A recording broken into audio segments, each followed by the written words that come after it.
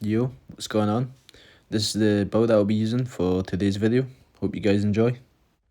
So to start it off, me and my friend spawned the grassland lake and we found a solo Tyranno Titan. So as the video goes on, I'm gonna go over my build. So for the two head slots, the two bites that I have, I've got just the normal bite and the heavy bite. I really like the heavy bite because it does lots of damage and you can just bait and switch with your friend. Now your other options for the head slots is you have piercing bite, which deals a high amount of raw damage and ignores armor and weight of the target, which can be really good for fighting heavier stuff than you, and also just things with high armor like the Anno for example. It's really good for killing Annos. Now the other one you have is Shatter. And Shatter is a rapid bite that deals increasing fracture damage for each of the additional hit you land. But the only problem with it is that it can't trigger a full bone break. Also, Shatter's like it's like a burst of just bone snaps. So yeah, I much rather heavy bite and bite combo. It's because I feel like most things have really good bone break healing, especially if they run the right hide. But yeah, I also just like the raw damage, and I feel like heavy bite has a higher kill potential than Shatter. For my sense, I use Tyrant's Ally, as it gives you 15% armor increase per Tyrannid in your team. So when you have like at least two, like one other person with you, you get 30% armor increase, and even if something isn't a Dasp and doesn't have the ability or the sense, they still get at least 15% increase in armor, which I really like. The other options are Carnage, which is really good, 20% increased damage when near a dead body. The only problem is you have to kill someone first for it to activate, so. And then you also have Feral Instincts, which deal 20% increased piercing damage. So if you were using the piercing bite, that could be a really good combo. It's like if you really just hate Annos, I feel like that could be a really good counter to them. So yeah, you could combo those up very well. And the last one is Blunt Teeth, which you deal 15% more fracture damage. And the Bone Snap now also uses less stamina. So if you just want to play more into that fracture playstyle to slow people down, that could be really good. Maybe more in a team setting. And for my diet, I use Hyper Carnivore. You don't have an option. And then for my hide, I use the Fin Scutes, because Fin Scutes you receive up to 25% reduced damage from lighter opponents and take up to 12.5% increased damage from heavier opponents. And it also increases health recovery rate by 25% and doubles bucking stamina drain. So it's just really to counter small dinos, and the reason that I like this one is because anything big enough can't catch you. So anything that can really put damage on you, you can just run away from. But it's the smaller things that you can never run away from. They can always stay on you. It's pretty much they choose when the fight is over until you kill them. So yeah, especially against fighting bigger groups, when they bring all the small stuff when you get low, that's what it's really good for. So I just prefer that one over the dense scales, which dense scales receive up to 25% reduced damage from heavier opponents and take up to 12.5% increased damage from lighter opponents, and it also increases health recovery rate by 25%. So you're losing out on the bucking, so that is one thing. I guess it's really good for fighting apexes, but I feel like Dasp doesn't need it anyway. you're really good at fighting big stuff because of your heavy bite. You just bait the heavy bite out, in and out, and that's how you do most of your damage. Now for my leg slot, I use long distance runner. Reduces running stamina drain by 15%. I really like this just to put on that extra distance on apexes and the bigger groups. Usually they have some medium stuff, some apexes, and then some small things. So I like to put distance between the apexes and like medium 4 slots. You could also run Skydiver, which I see a lot of people using. Take 50% reduced fall damage, which is actually pretty good. I've seen it used quite a lot, and it's really good for like escaping things, using cliffs to your advantage. And honestly, without it, the Dasp takes so much fall damage. It's really bad. And then you have Strong Legs, which take 60% less knockback and 15% increased fracture healing, which I will only really go for Strong Legs when I don't have really any other options. I think it's not really that good. Anything that has really good knockback on its tail, like for example on Amaga, you don't really want to be taking the damage from it anyway. Yeah. Now for my voice slot, I use Tyrant's Roar, which I feel like is very good in a group setting. Increases the damage of all Tyrannosauruses in your group by 10% within 30 meters for 8 seconds, and it's able to stack up to 3 times. But the only problem with it is it can only be used in a group, so if you're solo, definitely do not use Tyrant's Roar.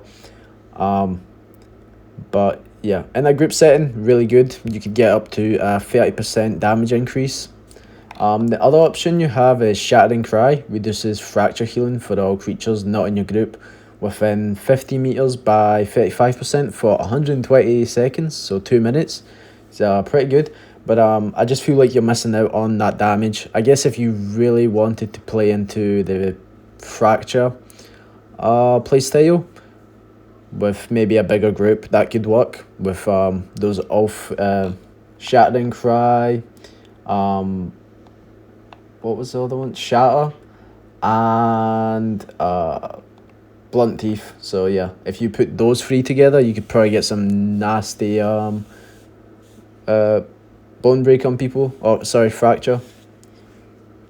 Honestly, I think sometimes full bone break is worse than a fracture, because for full bone break, they're bone broke for like 5-10 seconds, and then they're immune for it for like 20-50 seconds. Whereas fracture, it's on you the whole time, so it like takes time for it to come off, and especially if you're running the Shattering Cry, that could take a really long time for someone's thing to come off, so they could be slowed for a very long time, and you could really punish them really good. The other option you have was Rampage. Deals up to 50% increased damage for 30 seconds when below 50% health, scaling the amount of health missing. This ability can be used if deafened. So this is probably really good for solo players. If you want to be a solo Dasp, that's what I would run. Yeah, there's not really much to Rampage. I also forgot to mention that for the head slot, the Dasp does have the Bone Snap ability. Wind up this attack and inflict fracture based on the length of its time it's charged for. Can trigger a bone break on the target if they have a high amount of fracture. While this ability is equipped, you lose 5% run speed, which I think is it can make all the difference sometimes, especially if you need to get away from, like, say an aloe. You might not be able to. Now the last one is the tail attack. It's the only slot you have. It's the only option you have, so yeah. Another really good thing I like about the Dasp is I feel like it's one of the best dinos for fighting smaller creatures.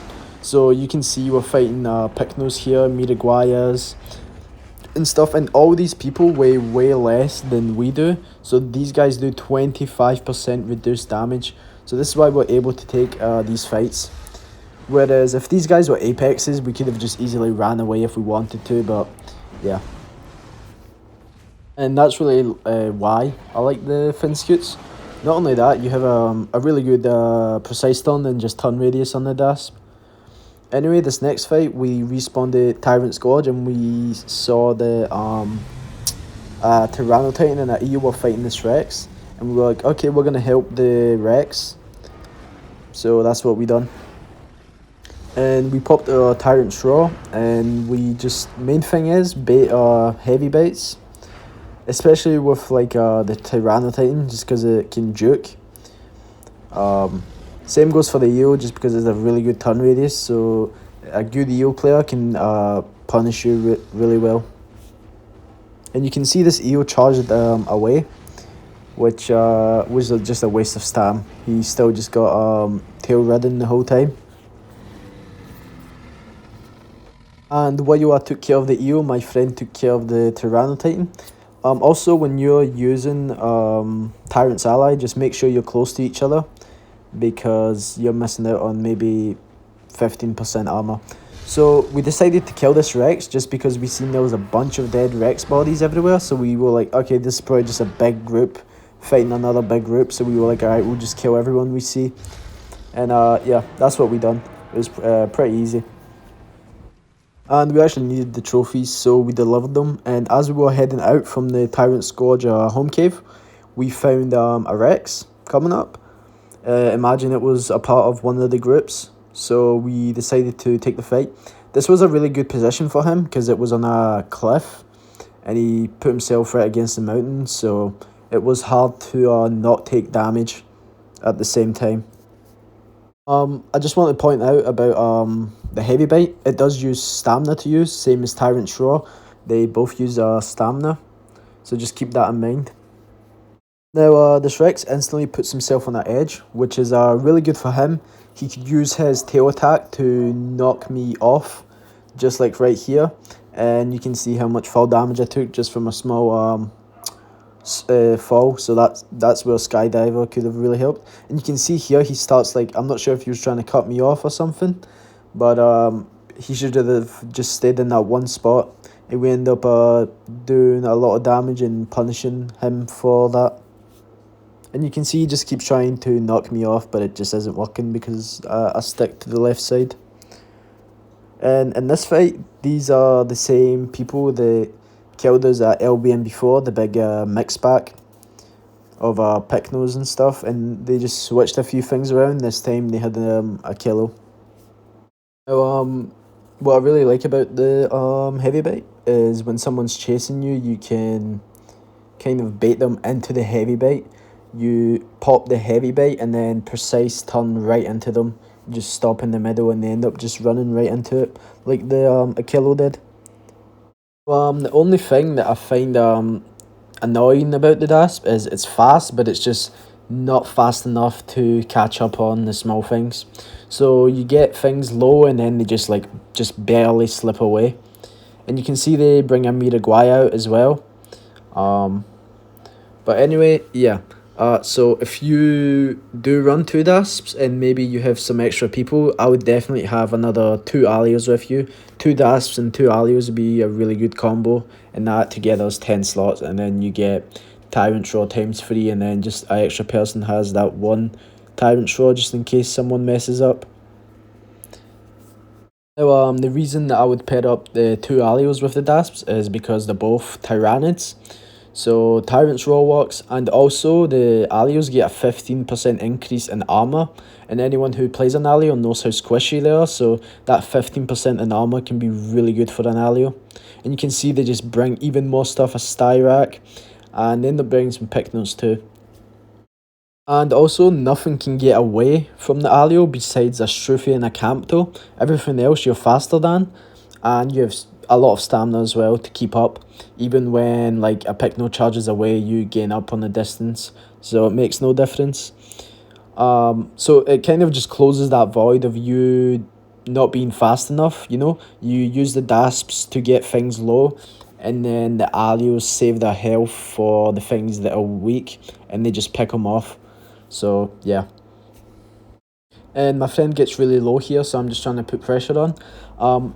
We should have really tried to avoid fighting this Miragwaya as much as we could, just because it takes away like 20% of your health just from toxin, and it slows you down as well. So you know it makes our kill potential even smaller than normally. Also, the toxin, even if you fully rest, it doesn't matter what you do, it doesn't change the timer. It always stays the same. So yeah, that's it's really annoying. Uh, Other than that though, you can't really do much in this situation. Like there's so many of them. Also, say you do end up living and your teammate is dead, try and get him to invite you to a team because you're missing out on 15% armor, and it doesn't activate unless you're in a team. So yeah. In this clip, we are fighting an aloe. Well, actually, three aloes. We seen two at the center of SLL, and we saw a third one coming. So we were okay. We're gonna pick off this one that's solo, and then we'll take care of the other two. And one of them actually was really close. Now, I thought that the aloe would be a harder matchup for us because it is heavier, and it is pretty fast. So it goes against our skills. But you can see we took care of that guy really fast, and we decided to just, even though I was low, we decided to just go for it, see what we can do, see how good Dasp is compared to an aloe, even at how low I was. And we also kept in mind that Tyrant's Roar was going down, so we didn't have much left. So we're like, okay, we either fully retreat or we fully go in and get the most out of our Tyrant's Roar. And the Dasp does really well against the Aloe because Aloe doesn't play into a group style. Maybe in a one-on-one you'd probably do really good against the Dasp, but in a group fight, Aloe doesn't gain any buffs, whereas we gain 20% increased damage and 30% increased armor.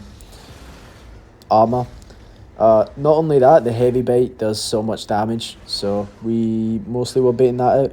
And the turn radius of the Dasp is really good, and the Aloes is really bad, so that just that was really good.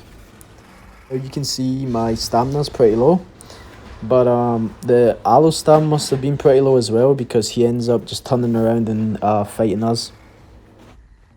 I forgot to mention that my subspecies is a +3 attack damage, which I think is the best one that you can use, unless you build into the fracture damage, which the other subspecies is +10 fracture damage. And here we are fighting a Spino, and we kind of know that at any point he can just go and run into the water, so we just keep that in mind. Also, the AoE on Stomp is broken, needs a nerf, needs to be changed for sure. But yeah, the other Dasp subspecies is 25% knockback resistance, which I think is pretty useless. You don't really need it. Yeah. Now, I know that every time you stomp, you have a 30-second cooldown before you can do it again. And also, even when this guy does end up stomping, I kind of don't care. I thought that I could take the damage and maybe kill him in time before he gets to the water. So that's why I just tail read him for as long as I could. But yeah, you can see he just gets into the water. And he comes back out. Honestly, this is like a pointless fight. We know he's just gonna go back to the water at any point. But we were just like, why not? Let's just see what we can do. Put some damage on him, and he just runs away again. Which yeah, that's just how it is when you fight an aquatic near water. And then we saw Rex, and I caught him fully resting. I sadly didn't get the start of the clip. Anyway, I hit him with a heavy bite and a few bites while he was fully resting, and he got so lucky because in SLL there's like not many cliffs, and he was just at the perfect spot and he puts himself in a cliff. Also, you can see he's using the bone break, which is so predictable, it's so loud, it's yeah, you can tell this guy isn't a very good Rex player. I feel like most good Rex players. use the quick bone snap. I think it's called crush and bite. It's just a quick one. It's way less predictable and it uses less stam as well. So yeah. And this Rex player was friends with the Spino, and we put the Rex really low. And there was also a duck that we put really low, but they just went to the water and started moving away. And so we just decided to try and fight the Spino. And this Spino is really tanky. Like, this guy took so much damage. He didn't have tail attack either, so he was just getting tail ridden the whole time. The only thing that he could really defend himself with was that stomp. I feel like there needs to be a slight change to the water, because every single Apex, including me when I play an Apex, I will go to the water to where I can stand, where it's just shallow enough to where I can stand, but smaller creatures start swimming. I feel like they need to change that. Every single Apex player does this, and it's just a classic Apex move. And it should just be, it's really shallow, and then it's really deep. That way, no one's like, that way like small dinos have a chance at killing an Apex. Because if there's water nearby, it's just like, what are you going to do? You're going to swim, and then you have to face tank the Apex and you end up dying. So the water should be really shallow, and then it should be really deep. It shouldn't be just this gradually shallow and then slowly going into deep, because yeah, it's honestly a problem. And another thing, maybe do something about the Apex's turning, or give them something. Maybe buff their tail attack a little bit, because every single Apex just puts himself up against a cliff, and it kind of it makes like bad gameplay, and you can't blame them because they can't punish the smaller creatures. So maybe make the acceleration of the Apexes a lot better. All Apexes should have way better acceleration than the smaller dinos, for example. That way you can punish them a lot better. But anyway, we just left that fight, and there was a Dasp, and we imagined it was one of them that switched to the Dasp. So we decided that we were just gonna kill this guy. We don't want to risk them all switching to Dasps and then 3v2ing us. So yeah, we just took care of that guy. And in here we are fighting a Spino, and we needed the food, so we had to take this fight even though he wasn't full adult. And if I was this guy, I would have instantly booked it for the water. Not sure if he maybe he didn't have any stam or something, but I would have. There's no way you're winning this fight on land against two Dasps, just because, as again, I feel like it's very hard for Apexes to punish the smaller dinos. So yeah, give it the acceleration, and yeah, not really much sure on what else you could do. Also, so anyway, these two Megs came around, and as anybody knows, Megs are really squishy, but if you hit them on the tail, it does like no damage. So if you get one right hit, you'll kill them instantly, but if you just keep getting tail hits, it might take a little bit longer. And this other Meg just ends up going for the water. It's not really a winnable fight for him. Also, I could tell that he was trying to grab this trophy. He probably has his pickup button as the same as his vocal wheel, so that guy was probably on controller. That's why you will see me using the X button to use it as my pickup, or square on a PS controller. It doesn't. The X doesn't do anything, so it's just a free button that you have to use for something else. Anyway, we found this Spino, and once again we know that he's close to water. We were maybe hoping that he would get home cave debuff and we could kill him in time. But yeah, and you can see there's a Apache up there, but he was on home cave buff, so we couldn't punish him either.